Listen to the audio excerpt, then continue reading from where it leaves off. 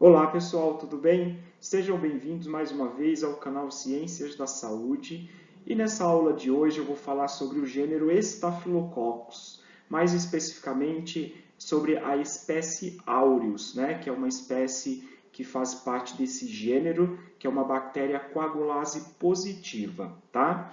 E vou estar falando sobre as características gerais e síndromes clínicas, ou seja, as principais doenças que são causadas por essa espécie. Antes de eu começar a aula, não esqueçam de se inscreverem no canal, dar aquele joinha no final para estar me ajudando, tá? E eu desejo a todos vocês uma boa aula. Vamos lá?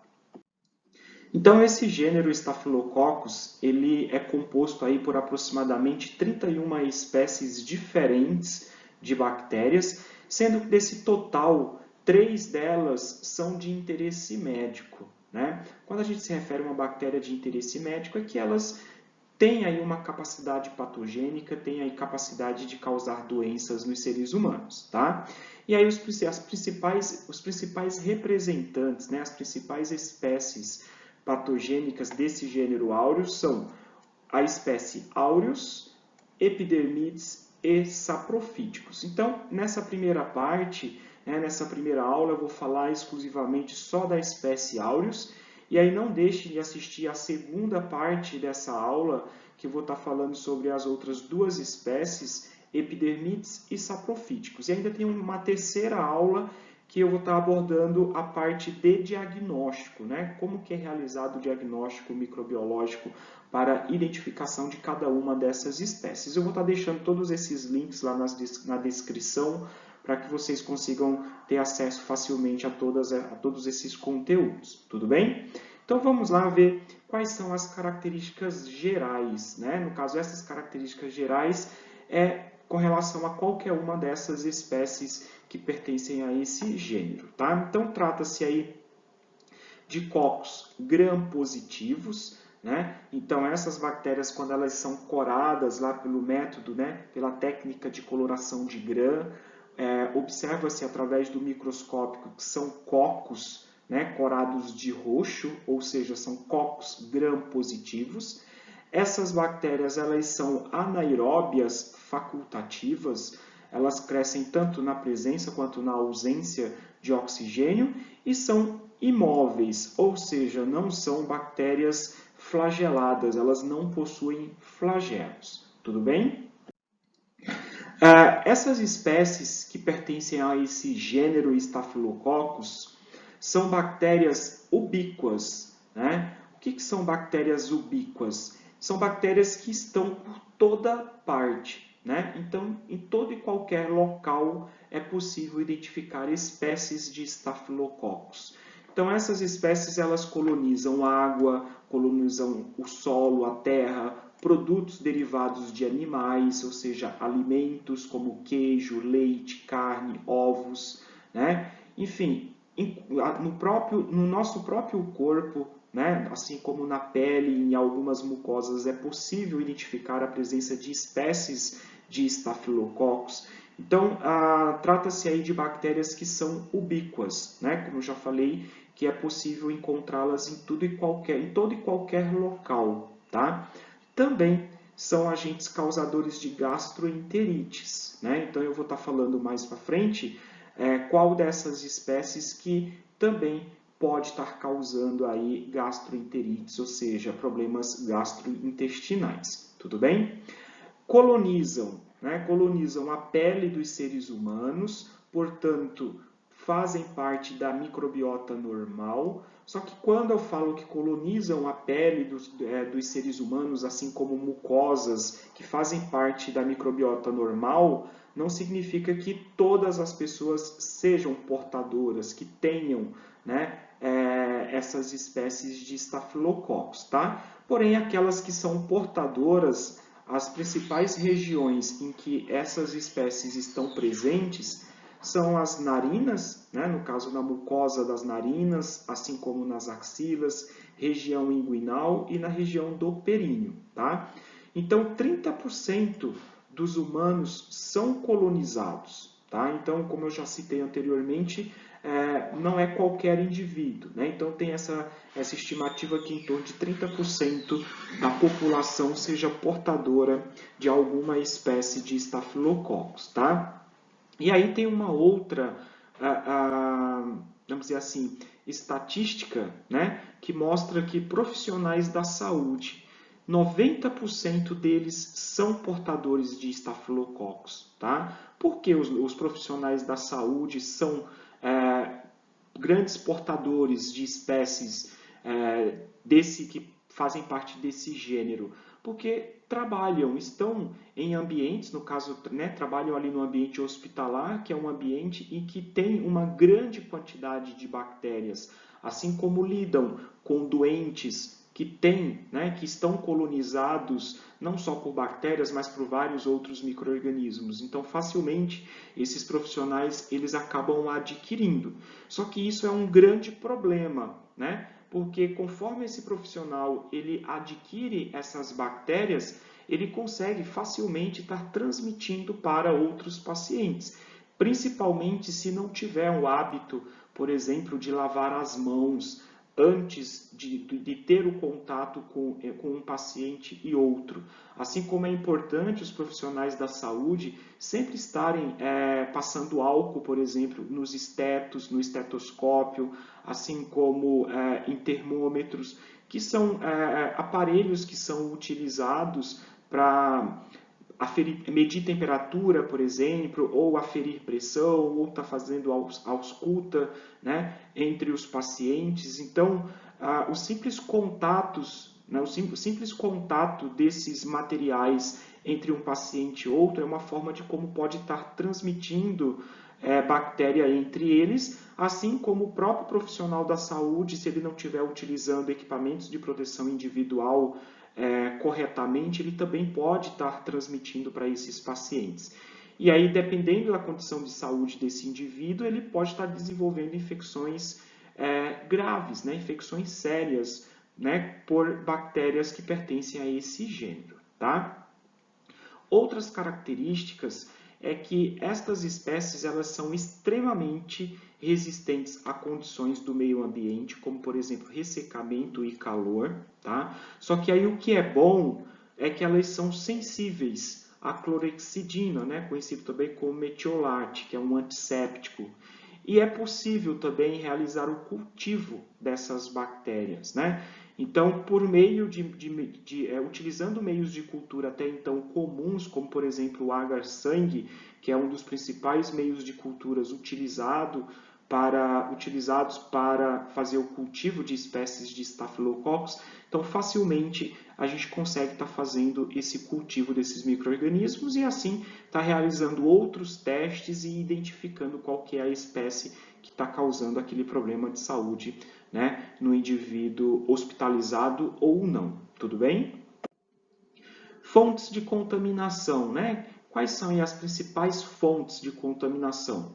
Outros humanos. Então, como trata-se aí de bactérias que podem estar presentes, que podem colonizar a nossa pele, assim como outras mucosas, né? Os profissionais da saúde, 90% deles são portadores. Então, é fácil a transmissão, né, de um humano para outro humano, ou seja, de uma pessoa para outra pessoa, tá? Assim como por meio de superfícies e objetos contaminados, né, chamados de fômites. Então, através de objetos contaminados, facilmente também outras pessoas podem estar adquirindo essas bactérias, assim como através de alimentos também, né? Através da alimentação, como por exemplo, por meio do compartilhamento de talheres, ou até mesmo durante o preparo de um determinado alimento, o hábito de você estar provando aquele alimento, né, com a própria concha, a própria colher, que você está mexendo aquele alimento, você põe na boca, né, para provar e aí sem lavar já coloca diretamente lá dentro do alimento. Então essa bactéria ela pode estar colonizando espécies, né, de Staphylococcus podem estar colonizando a mucosa da cavidade, na mucosa oral, e aí você está transmitindo essa bactéria para o alimento através da concha, através do talher que está usando para provar esse alimento. Tá? Assim como também durante a própria manipulação, né, por um descuido aí de não lavar as mãos, né, para estar manipulando esse alimento, até mesmo decorrente de ferimentos nas mãos, qualquer ferimento que a gente tiver em qualquer parte do corpo, nesse local da lesão, vai ter uma grande colonização, principalmente por espécies de estafilococcus. Então, se essas lesões estiverem nas mãos, facilmente pode estar contaminando também o alimento, caso você não esteja utilizando luva ou não tenha protegido aquela região que foi lesionada. Tudo bem? O que pode favorecer uma infecção causada por espécies desse gênero? Uso de drogas injetáveis, né? Então compartilhamento aí de seringas, né? Durante um processo, indivíduos que estão se drogando, né? Então acaba um injetando aí com a mesma seringa e agulha, o outro acaba injetando também. Então dessa forma ocorre aí uma disseminação, porque durante, né, o procedimento de estar introduzindo a agulha ali na pele, né, até perfurar o vaso sanguíneo, então essa agulha ela vai estar sendo contaminada e é uma forma de como transmite para outra pessoa, tendo aí um risco grande até dessa bactéria ela estar adentrando a esse vaso sanguíneo e aí esse indivíduo ele desenvolver infecções sistêmicas, como adquirir uma bacteremia, tá? Diabetes mellitus, assim como doença renal crônica, são doenças que, de certa forma, debilitam, né?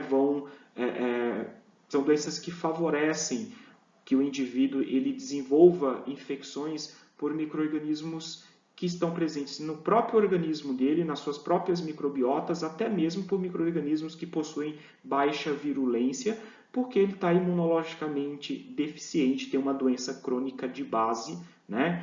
E isso vai favorecer, tudo bem? Então, nós vimos aí algumas características gerais, né, com relação ao gênero Staphylococcus, tá? E aí agora focando na espécie aureus, né, que é o objetivo dessa primeira parte, onde eu vou estar falando exclusivamente do Staphylococcus aureus, tudo bem? De todas as espécies de interesse médico, né, das que eu citei anteriormente, além da espécie aureus epidermidis e saprofítico, a espécie aureus é a mais patogênica, né? É a espécie, vamos dizer assim, que mais causa doenças de importância clínica. Esse micro-organismo, essa espécie, causa doenças tanto supurativas, ou seja, doenças piogênicas, em que tem a presença de pus, assim como o Staphylococcus aureus também causa intoxicações. Então, essa bactéria ela tem a capacidade de produzir uma série de toxinas, assim como de enzimas também, que além das infecções, né, supurativas, das infecções piogênicas produtoras de pus, essa espécie ela também pode causar intoxicações por meio de toxinas que ela produz. Tudo bem? E aí quais são as principais doenças piogênicas supurativas? Pneumonia, bacteremia, infecções de pele, assim como infecções sistêmicas, né, acometendo órgãos, infecção urinária, tá? E agora, com relação às intoxicações, essa bactéria, essa espécie, ela produz toxinas como hemolisinas, que são toxinas que atuam sobre as plaquetas, né, causando aí uma inativação da função plaquetária. Esfoliatina, que é uma toxina que provoca, que causa aí um quadro de desprendimento da pele, assim como formação de bolhas. Eu irei abordar sobre cada uma dessas síndromes clínicas, né, desencadeadas por essas toxinas no decorrer da aula. Além disso, também o Staphylococcus aureus pode causar intoxicação alimentar por meio de enterotoxinas e também síndrome do choque tóxico, né, por meio de uma outra toxina que é a TSST1, tá? Então, como eu já falei de todas essas espécies, né, a espécie aureus é a mais patogênica, é a mais agressiva, porque além de causar infecções piogênicas, né, infecções supurativas, também causa intoxicações. Tudo bem? Então, começando, né, pelas doenças supurativas, né, então eu vou começar falando apenas, né, das doenças infecciosas causadas pelo aureus, pela bactéria, né, Staphylococcus aureus, e aí por último eu falo sobre as intoxicações. Tá? Então, como eu já falei, o Staphylococcus aureus é o agente mais comum de infecções piogênicas, né, infecções em que tem a produção de pus. E esses processos infecciosos eles podem acontecer tanto na pele quanto sistemicamente, ou seja, afetando órgãos, né, importantes, órgãos vitais. Quais são as principais infecções que se desenvolvem, né, na pele? Impetigo não bolhoso, foliculite, furúnculo e carbúnculo. Já com relação às infecções sistêmicas, osteomielite, bacteremia, endocardite e pneumonia. Tá? Então, vou começar falando sobre cada uma dessas infecções que se desenvolvem na pele e, por último, falo sobre as infecções sistêmicas. Tudo bem? Então, o impetigo bolhoso é um exemplo de infecção causada pelo Staphylococcus aureus, em que essa infecção ela vai se desenvolver na pele. É uma infecção infantil, né? É a infecção infantil mais comum. Tanto o Staphylococcus aureus como uma outra espécie do gênero Streptococcus, que é a espécie Piógenes, também pode causar esse tipo de infecção, né, que é o impetigo não bolhoso. Essa infecção ela acomete principalmente, né, ela afeta aí principalmente a epiderme, né? A epiderme é a camada superficial da pele e é classificado como impetigo não bolhoso e tem também uma outra forma de impetigo, que é o impetigo bolhoso, né? E aí eu vou falar, né, mais para frente, quando eu chegar na parte, né, que eu estiver abordando as síndromes clínicas, né, associadas a toxinas, e aí eu irei falar novamente do impetigo, só que trata-se do impetigo bolhoso. Aqui, né, acometendo aí a pele, é o impetigo não bolhoso, tá? Predisposição para o surgimento dessas lesões, né, dessa infecção. Traumas, queimaduras, má higiene, deficiências dietéticas e picadas de insetos. Né? Então, como podemos observar aqui nesta imagem, como eu falei aqui inicialmente, é a infecção infantil mais comum. Então, a principal região da pele, né, onde normalmente se desenvolve essas lesões caracterizadas como impetigo não bolhoso é próximo à região da boca e região nasal, ou seja, trata-se aí de lesões, né, perioral. Então essas lesões elas possuem aí uma característica específica em que são classificadas como crostas melicéricas, né? Então, esse é o nome dado a essas lesões superficiais nessa região perioral. Por que desse nome crostas melicéricas? É que lembram a cor de mel, né? Como se a criança ela tivesse comido mel e tivesse sujado a boca e aquele mel ressecasse e fica aquelas crostas que lembram, né? Que tem uma cor que lembram mel, né? Então, por isso que tem esse nome crostas melicéricas. Então, nessa região perioral, decorrente de traumas, ou no caso de queimaduras, assim como má higiene, deficiência dietética, picadas de insetos, o Staphylococcus aureus que está presente ali na própria pele, que até então, né, nós vimos que 30% da população já é portadora de Staphylococcus aureus, então o indivíduo ele já pode ser portador ou ele pode não ser portador, então ele teve um contato com uma outra pessoa ou ele teve contato com algum fômite, no caso alguma superfície contaminada e colocou a mão, né? Vamos pensar aqui no caso da criança que tem o hábito de colocar a mão, né, na boca, não tem uma higiene adequada, até pela questão da própria idade. Então, qualquer lesão que tenha nessa região perioral, assim como em qualquer outro local, em qualquer outra parte do corpo, essa bactéria ela vai aproveitar desse trauma, dessa lesão, e para estar entrando nesse ferimento e desenvolvendo aí um processo infeccioso, tá? Então, nessa lesão, né, nessa lesão aqui, tem a presença da bactéria, tá? Então, o impetigo não bolhoso tem como característica essas crostas, que se fizer a coleta de material dessa região, né, dessas lesões, e fizer uma semeadura no agar-sangue, por exemplo, haverá o cultivo, né? Você irá observar que terá um crescimento bacteriano naquele local, tá? Porque a bactéria ela se encontra nessas lesões, nessas crostas, tudo bem? Prevenção.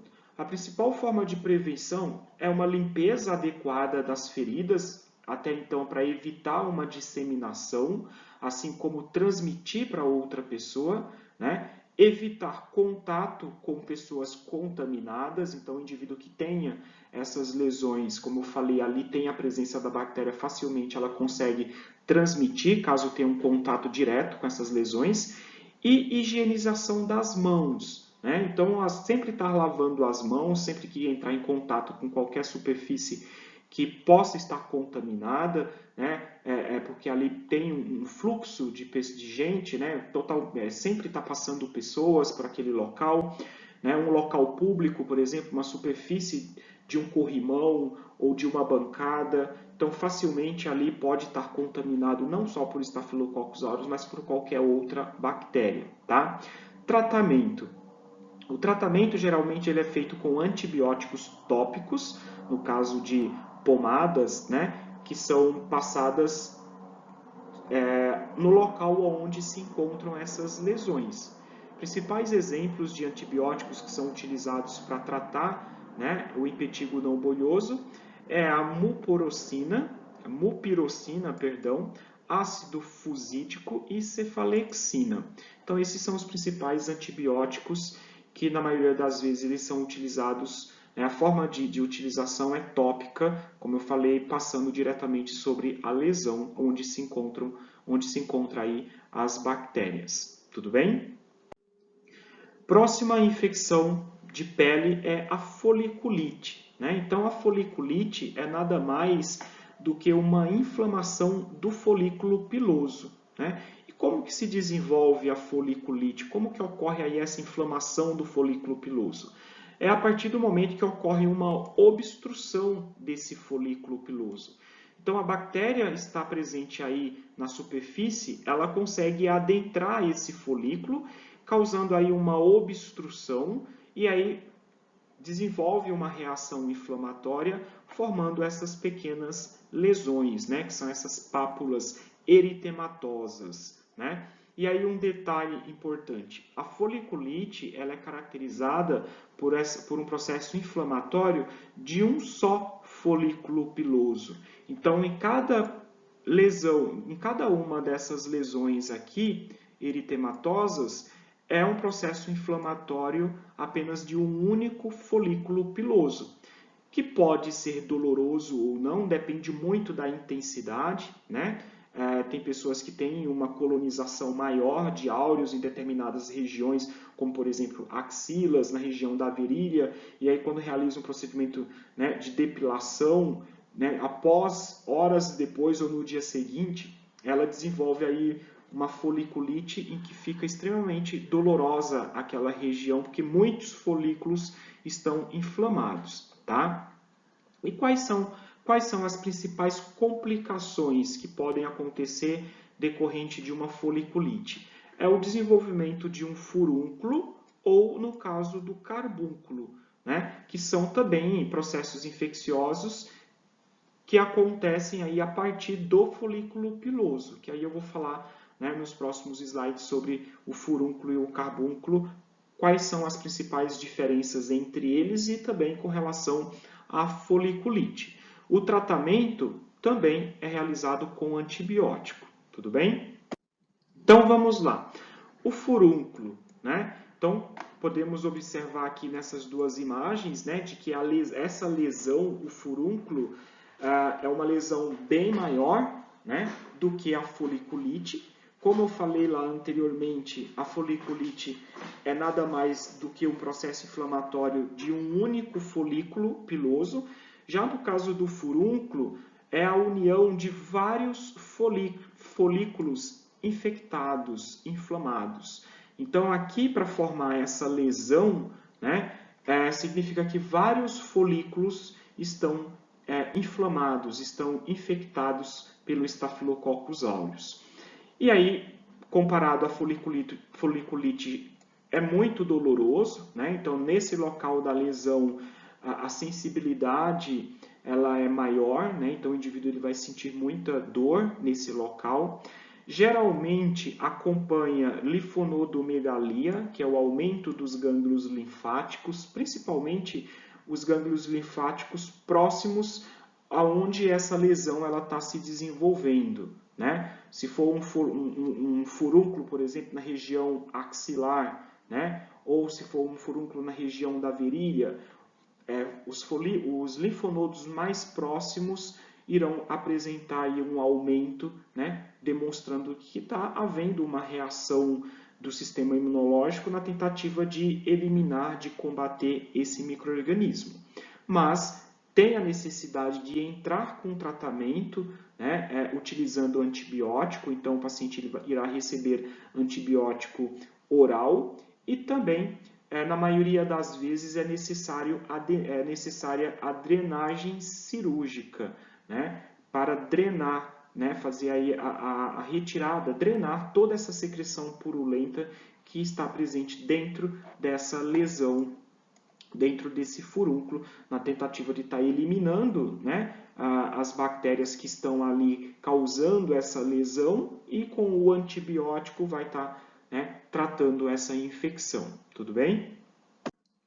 Já no caso do carbúnculo, o carbúnculo é uma união de vários furúnculos, né? Então vejam, a foliculite é um processo inflamatório apenas de um único folículo piloso. O furúnculo já são vários folículos infectados, inflamados. E aí o carbúnculo já são vários furúnculos, né? Já é a união aí de vários furúnculos, que aí é bem mais doloroso, né? O carbúnculo é uma estrutura, é uma lesão aí muito dolorosa, né? Muito mais do que até mesmo no caso de um furúnculo.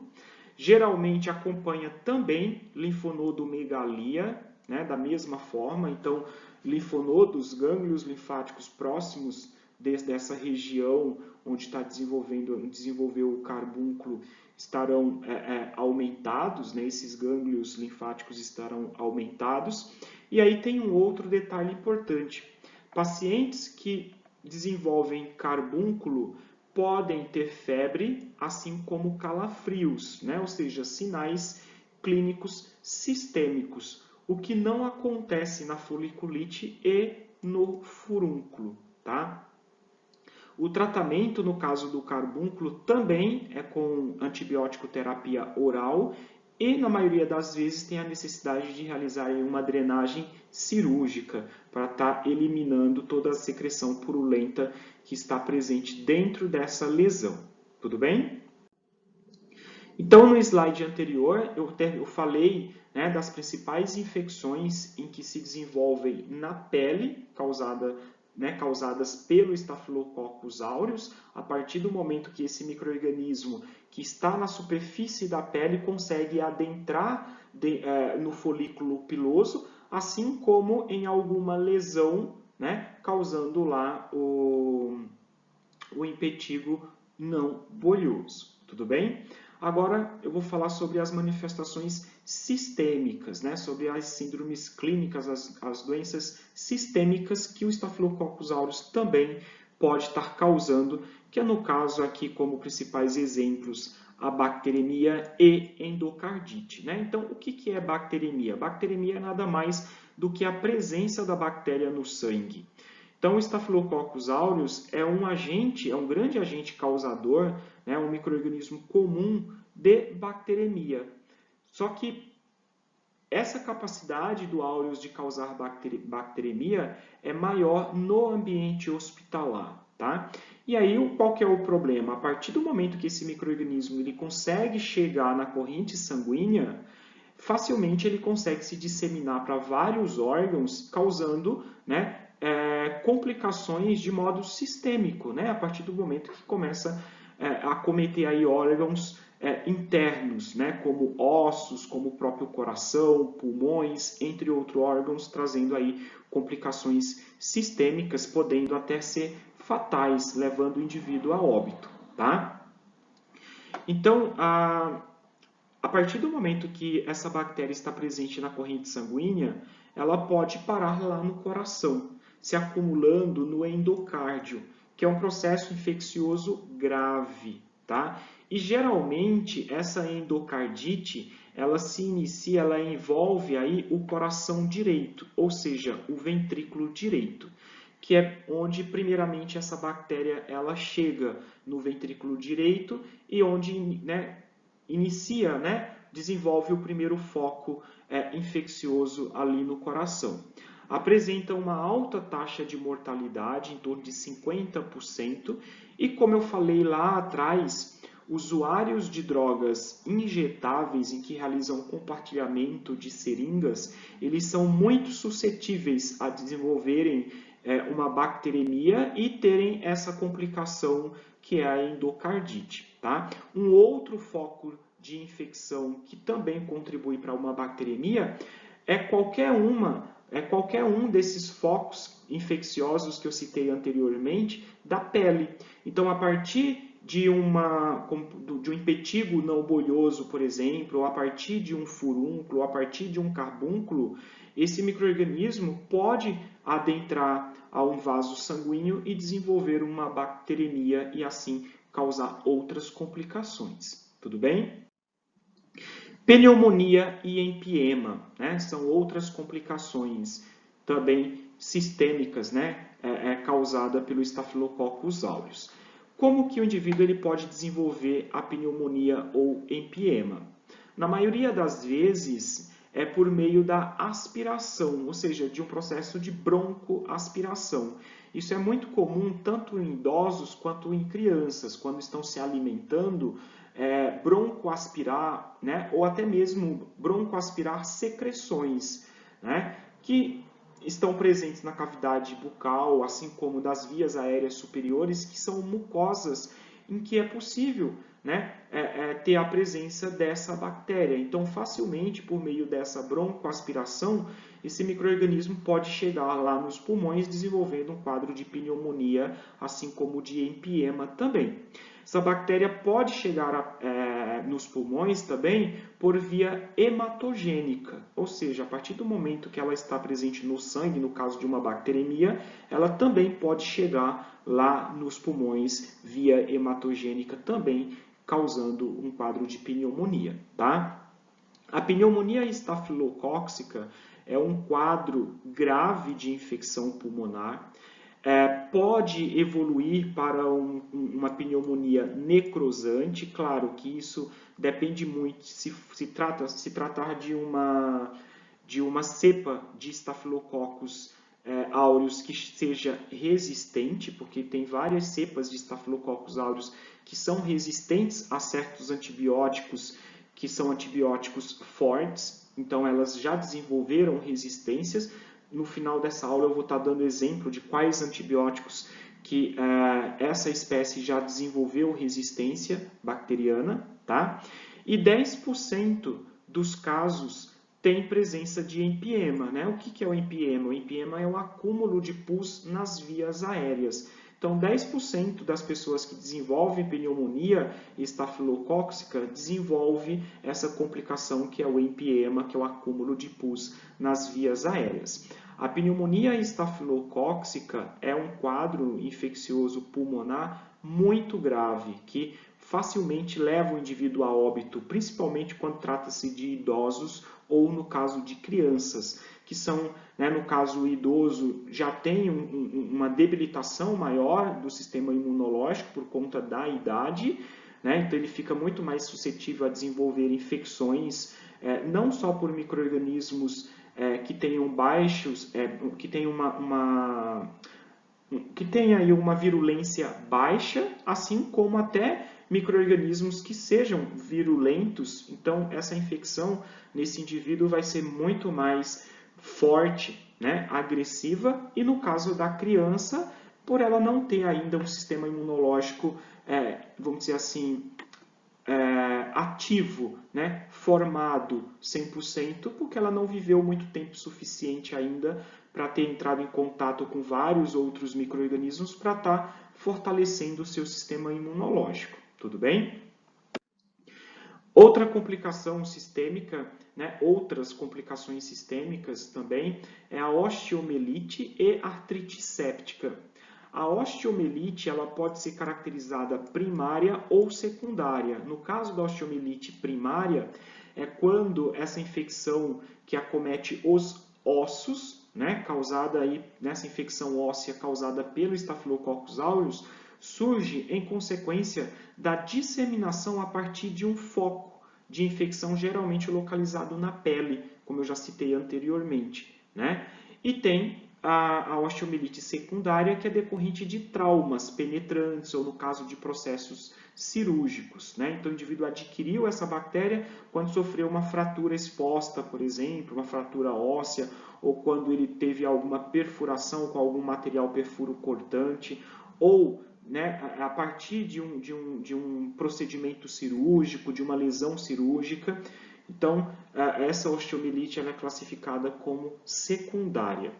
E a artrite séptica? A artrite séptica também é uma infecção por áureos em que afeta articulações, né? Mais especificamente as grandes articulações, que também podem ter uma causa primária, pode ser por causa primária, ou seja, a partir de uma disseminação de um foco infeccioso, né, lá da pele, assim como também no caso de processo cirúrgico, de traumas, né, e traumas no caso de fratura óssea, assim como de traumas com materiais perfuro-cortantes, e é uma forma de como essa bactéria ela pode estar adentrando aos nossos tecidos, estarem ganhando aí a circulação sanguínea e se disseminando para vários órgãos, assim como os ossos e articulações. Tudo bem?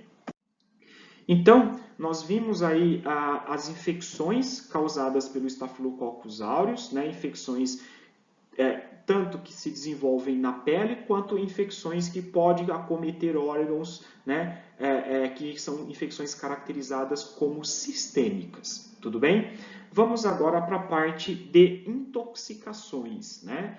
Que essa espécie, além de causar essas infecções biogênicas, elas também causam intoxicações. E aí tem um detalhe importante, né?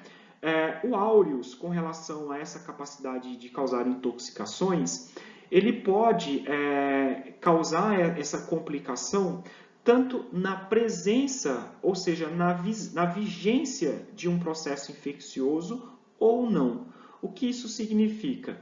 A partir do momento que você tem uma infecção, que pode ser na pele, tá? Ou pode ser em qualquer outra parte do corpo, naquele local onde a bactéria está colonizando, onde ela está desenvolvendo aquela infecção, que isso é caracterizado como uma intoxicação decorrente aí de um processo infeccioso em que está acontecendo. Então, a bactéria naquele local ela está liberando toxinas, né? Então, no local onde ela está causando a infecção, ela está liberando toxinas, como, por exemplo, a toxina esfoliatina, né? Do tipo A e do tipo B, também conhecido, né? Essa toxina conhecida como epidermolizina. Então, no sítio de infecção, no local onde está ocorrendo aí a infecção, que pode ser uma infecção na pele ou uma infecção sistêmica, essa toxina está sendo liberada e facilmente ela está chegando aí na corrente sanguínea, ela está passando para o sangue, né? Então, o tecido naquele local onde está havendo a liberação dela absorve essa toxina e, através do sangue, essa toxina ela irá se disseminar por todo o organismo do indivíduo.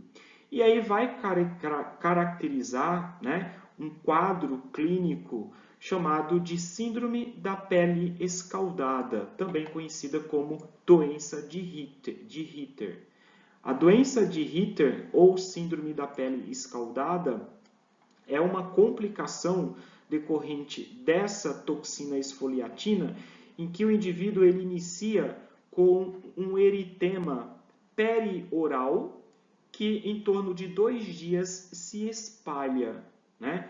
E aí vai surgir aí um processo, né, caracterizado por um deslocamento, né, de extensas áreas da pele, como se estivesse desprendendo a epiderme, né? Então, como a gente pode observar aqui, ó, nessa criança, você vê como se a pele dela, no caso, quando eu digo a pele, mas a região superficial da pele, que é a epiderme, ela começa a se desprender, né? Essa pele, né, que está se desprendendo, na verdade, essa epiderme, essa camada superficial, é chamado de sinal de Nikolsky, né? Então, o sinal de Nikolsky é caracterizado por esse deslocamento de extensas áreas da pele. Por isso que recebe esse nome de síndrome da pele escaldada. É como se a criança ela tivesse tomado um banho com água quente. E aí a epiderme ela está se desprendendo, né, da derme, e aí apresenta essa lesão que pode, né, estar aí acometendo grandes áreas, né, da pele em qualquer região do corpo, né, sendo que é mais comum em crianças, assim como em neonato, né, e recém-nascidos, tá?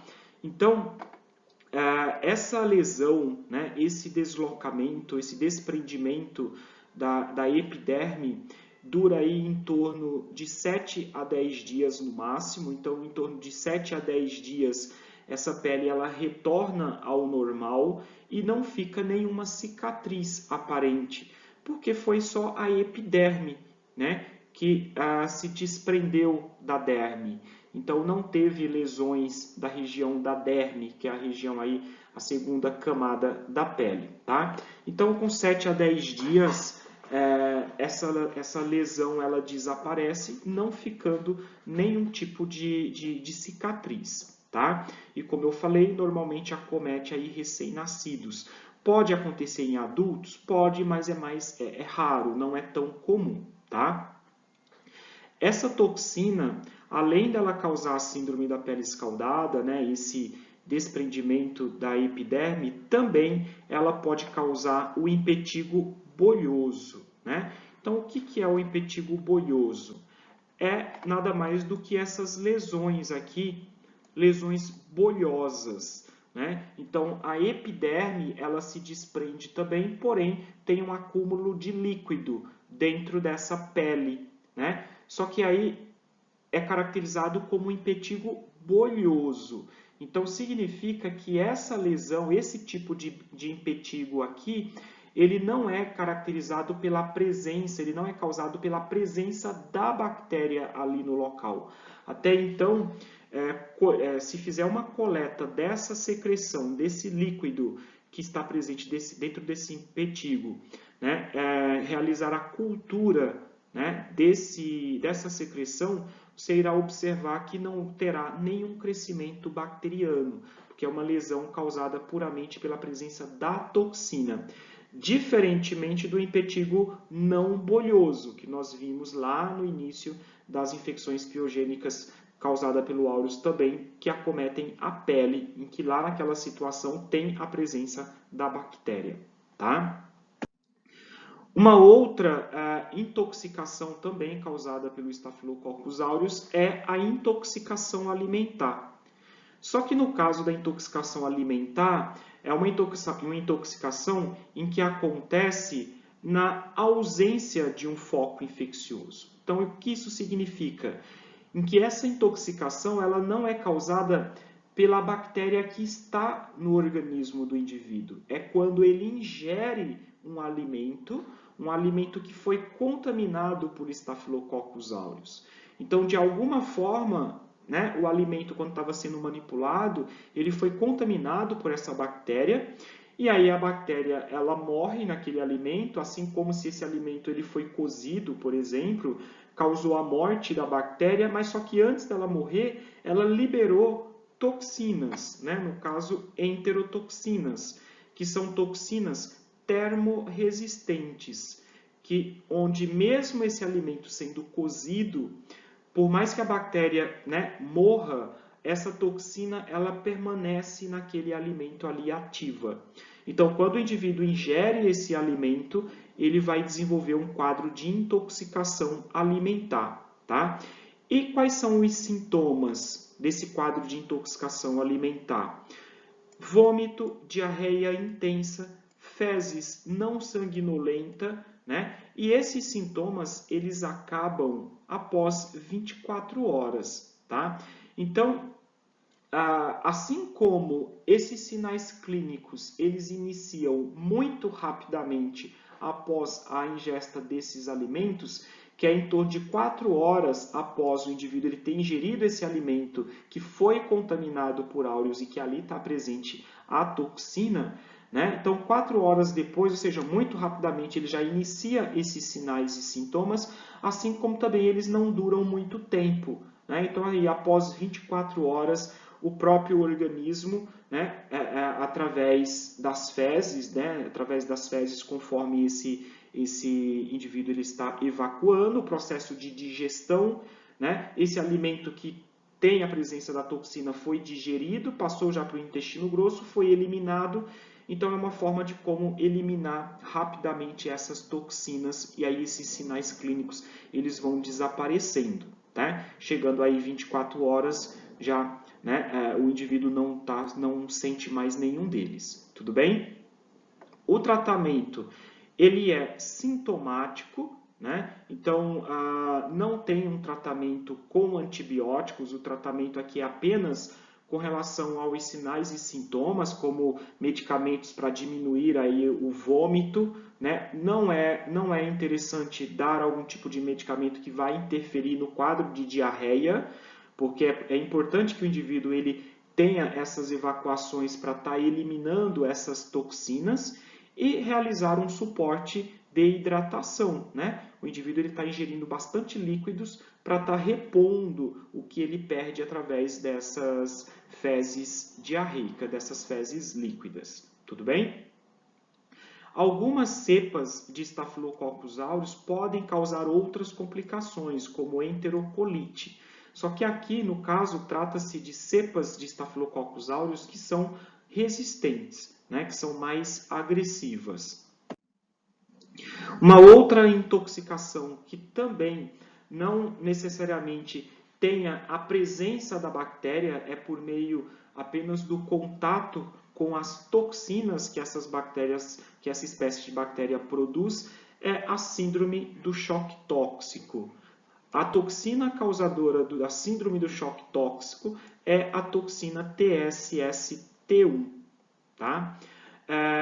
O primeiro caso de síndrome do choque tóxico aconteceu na Austrália, né, em 1928, quando 21 crianças elas foram vacinadas com uma vacina que foi contaminada por Staphylococcus aureus e que tinha essa toxina TSST1. Então, 12 dessas 21 crianças elas morreram, né, e o restante conseguiram se salvar.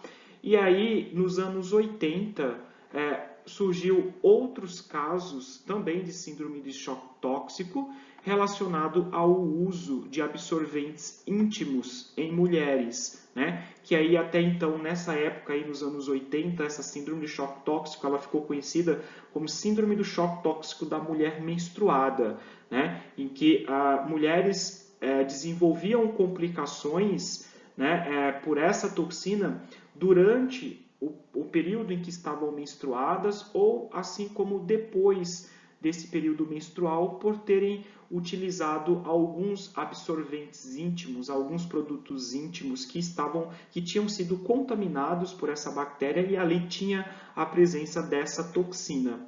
E aí quando elas utilizavam a mucosa vaginal, absorvia essas toxinas e aí causavam aí complicações sérias né, que aí pode levar até a óbito rapidamente essa mulher, entre outras complicações que podem acontecer, tá?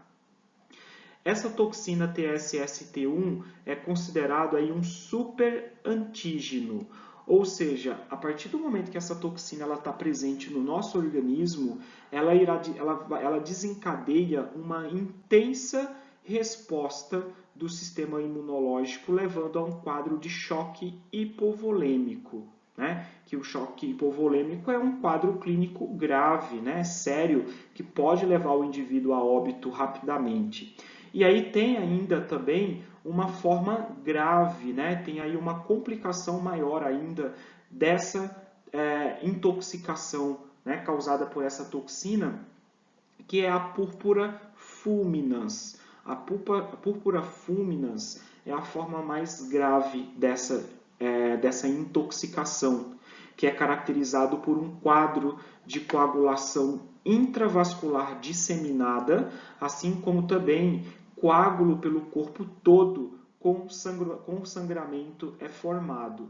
Então, a partir do momento que o indivíduo ele apresenta essa coagulação intravascular disseminada, se for, por exemplo, dos membros inferiores, onde é mais comum, às vezes tem a necessidade de fazer até a amputação do membro, uma vez que os vasos sanguíneos que irrigam, né, aquele membro, o sangue ele começa a coagular, né, no seu interior, e aí ocorre um quadro de isquemia, né, de necrose, tendo a necessidade de até ter uma amputação, de amputar esse membro. Teve um caso de síndrome do choque tóxico de uma modelo americana, acho que foi em 2004, foi 2014, eu não recordo especificamente qual foi o ano, mas é algo que vocês podem estar depois pesquisando. Ela perdeu a perna direita decorrente de uma intoxicação por essa toxina quando ela utilizou um produto íntimo, né, que ela comprou lá, que tinha sido contaminado por Staphylococcus aureus, de uma marca específica, né? Tinha sido contaminado por Staphylococcus aureus e tinha a presença dessa toxina. Então, é uma síndrome, né? É um quadro de intoxicação muito grave, que pode facilmente mutilar o indivíduo, assim como levar a óbito, tá? Então, o que o Staphylococcus aureus ele tem, né? Em que ele, o que essa bactéria, né? O que essa bactéria ela possui que torna ela tão agressiva, né? Que pode tanto causar infecções piogênicas como intoxicações. Ela possui uma série de fatores de virulência. E o que é um fator de virulência? Nós já vimos isso em outras aulas. Trata-se de um produto, de uma estrutura ou de uma estratégia que a bactéria tenha ou que consiga desenvolver para causar doença, né? Em que faz com que ela se torne mais patogênica, né? Faz com que contribui para que ela seja agressiva e tenha condições de causar uma doença. Então, aqui temos alguns exemplos de fatores de virulência do Staphylococcus aureus: ácido teicoico, glicanopeptídeo, proteína A, cápsula, adesinas. E aqui tem a descrição, né, a definição e funções de cada um desses fatores de virulência. Além disso, essa bactéria também produz uma série de enzimas, assim como várias toxinas, né, que também são fatores de virulência que participam nos mecanismos de patogenicidade dessa bactéria, assim como também conferindo a ela uma maior capacidade de resistência, tanto à ação do próprio organismo do indivíduo, né, mediado aí por células do sistema imunológico, como também uma resistência que elas podem desenvolver até mesmo contra antimicrobianos, como antibióticos, né? Então, isso é algo que nós já discutimos em outros vídeos, de que as bactérias têm a capacidade de desenvolver resistência a antibióticos. E o Staphylococcus aureus é um exemplo de bactéria que já desenvolveu resistência até então a alguns antibióticos, tá? A partir de fatores de virulência que ela possui, certo? Aqui são outros exemplos de toxinas que também são fatores de virulência, toxinas que até eu já citei anteriormente, que participam, né, no processo de algumas síndromes, de algumas situações clínicas, como a esfoliatina, TSST1, enterotoxinas, né, que são as toxinas que causam as intoxicações alimentares. Tudo bem? Então, qual que é o tratamento para o Staphylococcus aureus, assim como para qualquer uma espécie do gênero Staphylococcus?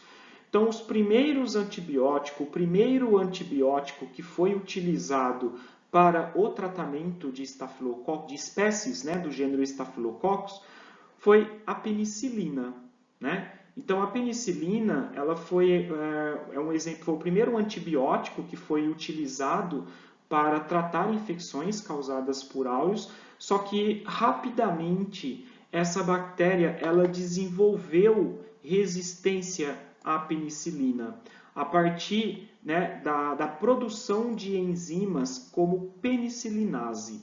Então, a própria bactéria ela produz uma enzima, que é a penicilinase, que inativa, que degrada o antibiótico penicilina.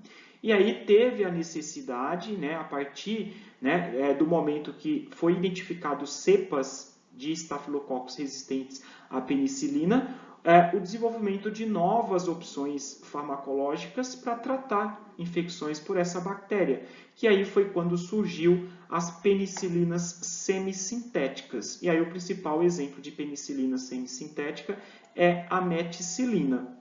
Só que a meticilina ela passou a ser utilizada até então para tratar infecções por cepas de estafilococcus resistentes à penicilina, só que aí depois identificaram novas cepas de estafilococcus também resistentes à meticilina, que são os estafilococcus aureus resistentes à meticilina ou oxacilina, né, que são exemplos de antibióticos semissintéticos. E aí tornou um grande, né, isso foi tornou-se aí um grande problema de saúde, né?